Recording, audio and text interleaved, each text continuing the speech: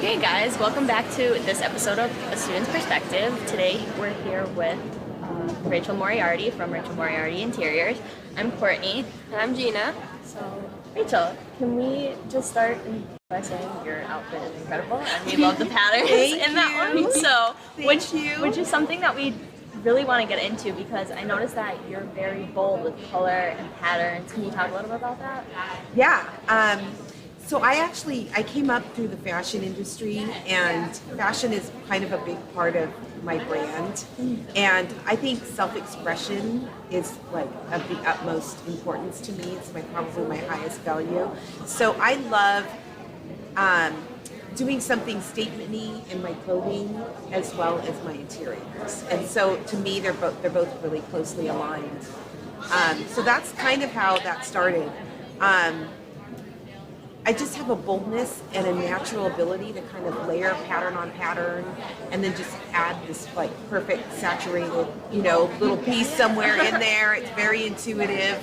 But yeah, that's sort of what I've become known for now. That's great. I think a big thing right now is people are kind of getting afraid to express themselves and be it bold and out there. And I think by having you do that, I think it kind of inspires others, and I think it really you're very noticed, and it's really important these days. It really, it was really by accident when I came into the design industry. I didn't realize that it was kind of different. I thought that you just think that everyone's just like you, right?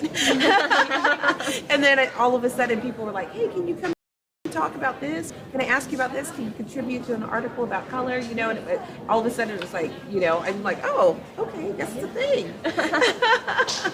Talking about your background, what is your background? What kind of education did you have, or how are you raised to be in the fashion industry? So I always say I was designed and fabricated to be a designer. My father was an architect, and my mom, she didn't work in a creative field, but she's probably one of the most creative people that I know.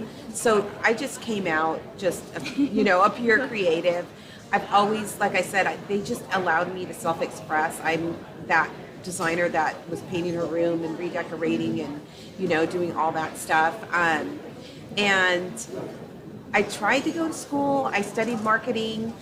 I think you can either go to school and get really into it. My son's super into it. He'll probably go forever, his entire life.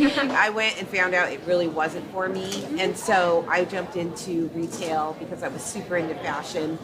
And then I went from working like a sales floor, because I wouldn't even be selling. I'd be all, making the hangers all perfect and doing the displays and stuff like that. And so I went from that to a visual merchandiser. I worked in the United States and in Dubai. I worked for 8 Italian brands in Dubai. And then I came back to the States, and I was a photo stylist for about 10 years. And that's where I met my husband. He was a photo assistant. I was a photo stylist. We met on a fashion set. And then I'm just a multi-passionate. Really, I just am. I kind of just came to the conclusion. And when we bought our first house is when I started getting into the design. Okay. So a big question that I'm really interested in knowing is, are there any colors you tend to go towards or use more often than others, or? Oh yeah, blue. Blue. I don't think there are many projects. There might not even be a handful. I use blue as a neutral. Okay. And it's funny because I think naval was the Sherwin-Williams 2020 color of the year, and they're calling it a neutral. And it's so funny because sometimes I don't know how a client will fall through the cracks. They hire me and they're afraid of color, and I'm like, there's a lot of Rachel Moriarty out there. Why did you hire me if you're afraid of color? So what I'll do is I can always sneak in blue, navy. It's classic, timeless, iconic. And my other trick is green. Okay. And whether that be with plants or books or something like that, those are the two I know I can sneak in and still kind of get that a little signature Rachel, but my clients will be comfortable. Right. Do you have any upcoming projects or anything that's... Yeah, I'm actually running about 10 projects right now. I have a client that has 3 homes. We just staged one to sell. She's a 10,000 square foot Spanish hacienda that we're designing. And then she just bought another one on the northern coast of California in Mendocino on the cliffs, which is beautiful. I have a couple of beach houses. I also do virtual designing. So I have 2 homes that I'm working on in Tucson. What else am I working on? Just a couple other beach houses. I live in San Diego, so, you know, we're very coastal. So mostly residential. Okay. I know that you also are a best-selling book writer. So do you want to talk a little bit about that? Yes. That's exciting. Yes. So I think it was been about a year and a half ago. So what happened was I was in banking for about 8 years, which was a funny little turn in my life. And I got out of banking and I got, you know, Facebook was happening and I kind of had enough momentum to keep me going for a minute, and then summer hit. And typically in residential, summer stops because moms are busy and they're vacationing and their kids are home and they just can't focus on anything. So I kind of hit a goose egg in my business. And what I did is it was right when Facebook Live started, I just had this voice in my head that said, get up in the morning and start doing Facebook Live. So I announced that I was going to do a 30-day challenge. And I went on every single day giving decorating design tips. To pop in, I've given myself a challenge, so I'm going to put it out here so that I'm held accountable. For the next 30 days, I'm going to do a little Facebook Live every single day.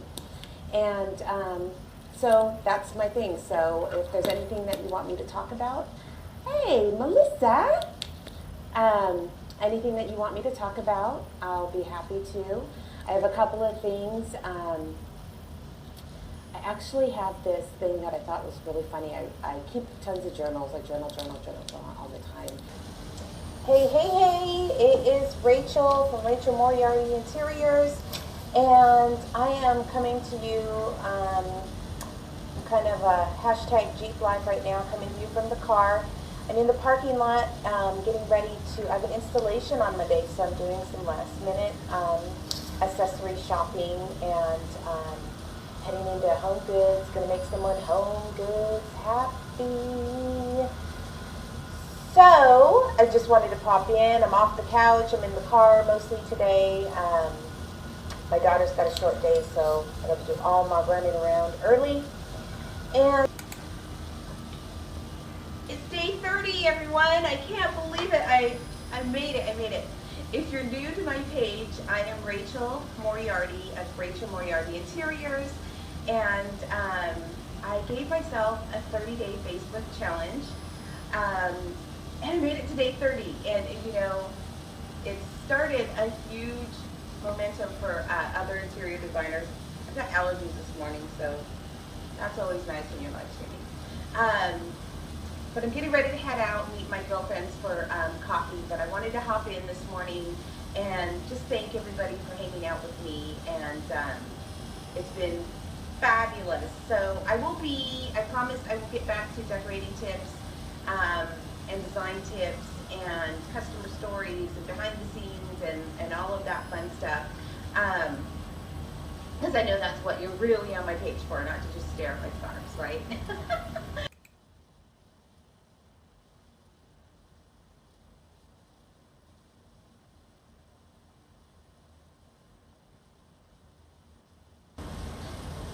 Hey guys, happy Saturday. It is Rachel, and this is Rachel's Daily Riff. I decided to do one today. Because I was thinking it's Halloween weekend, and I was just checking in to see what everyone's doing. And I just kind of wanted a reason to wear my flower crown, because, you know. So in my house, that's what I kind of wanted to talk about. In my house, I don't really decorate for Halloween. I actually, I'm Team Dia de los Muertos. So, you know, if you followed me for any amount of time, you know that I love a lot of color. I love saturated colors. I have tons of flower crowns here at the house, so I just kind of put them out. You've probably seen in my videos where I'm in my living room, I've got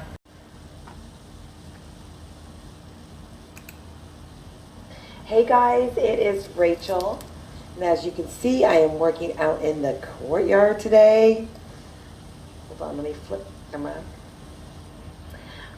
Today is my first day back from the Design Bloggers Conference. Oh my gosh, I didn't even check how I looked before I went live. But yeah, it was amazing. It was an amazing, amazing, amazing experience. If for any of you designers out there, if you ever get the chance to go to the Design Bloggers Conference, it's so worth it. So worth it. Whatever you got to do, you got to sell some shoes, not get coffee, whatever. Make the investment. It's great about it. It's so small that like you get to like literally like get to know people that you've probably been connected with on Facebook for like forever, and you get to hang out with them and look.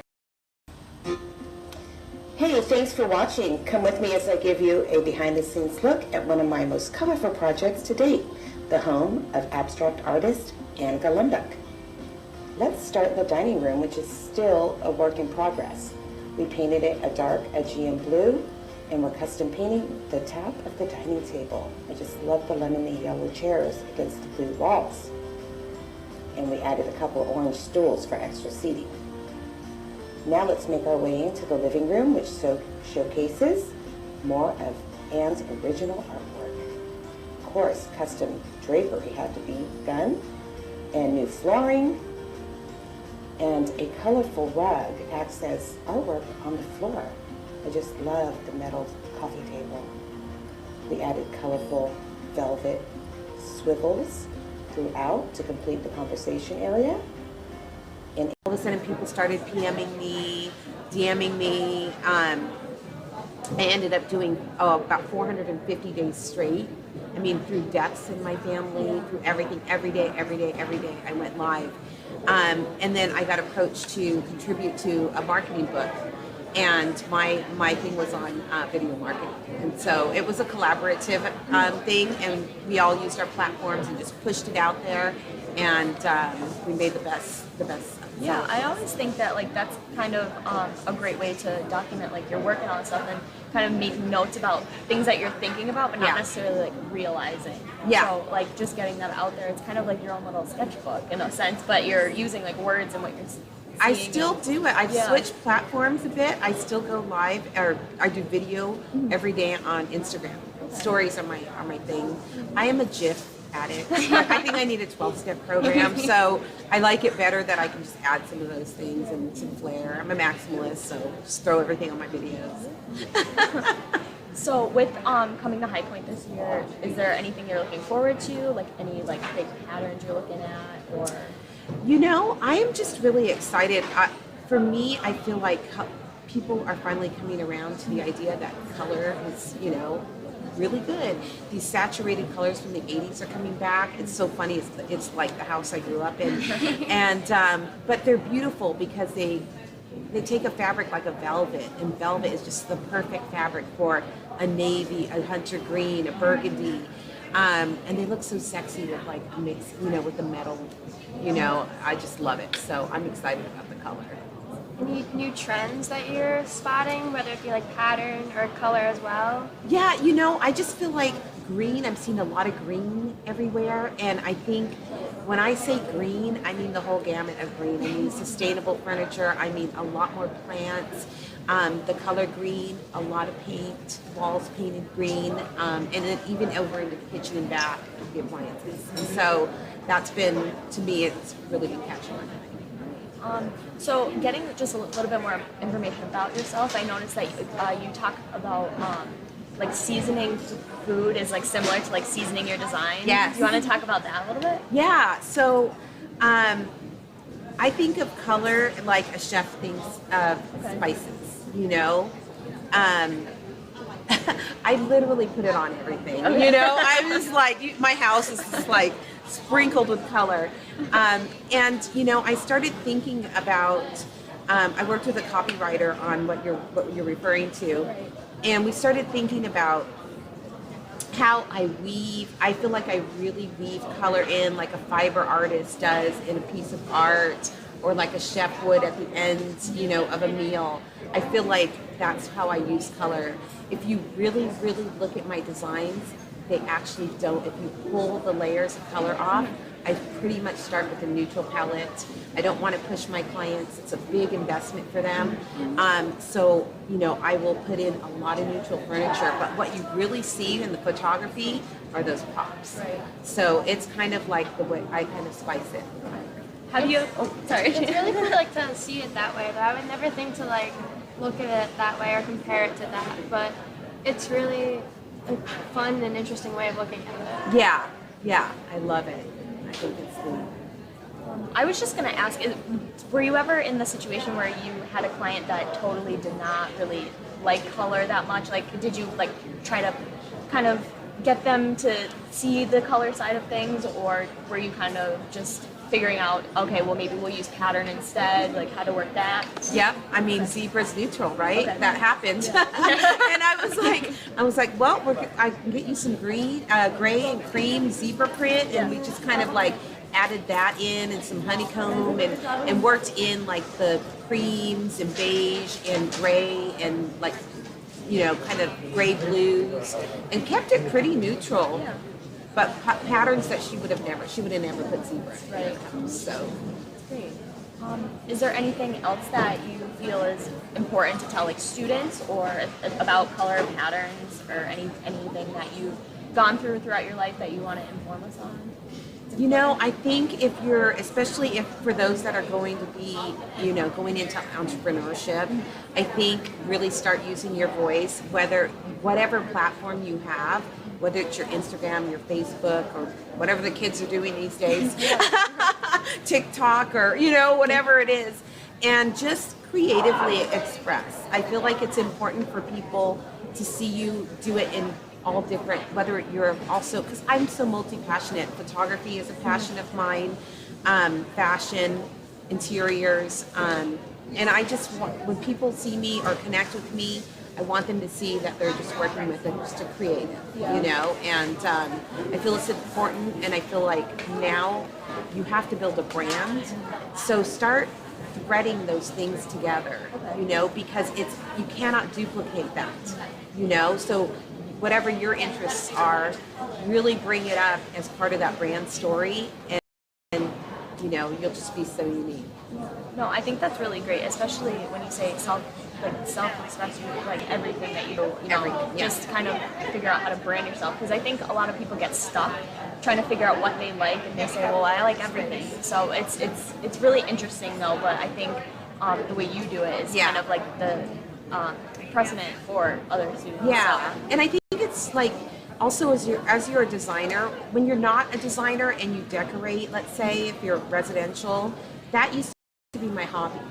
You have, when you start working in it and making money doing it, you kind of have to find a hobby. You know, it's hard because we are creatives, and it's super important to you know, go into the other areas outside of design. Well, thank you very much. Thank you so much. It's fun. So, do you have any but just last any social media that you want to give us? Where can we reach you at? Yeah, you know, just Google Rachel Moriarty and I'll come up everywhere.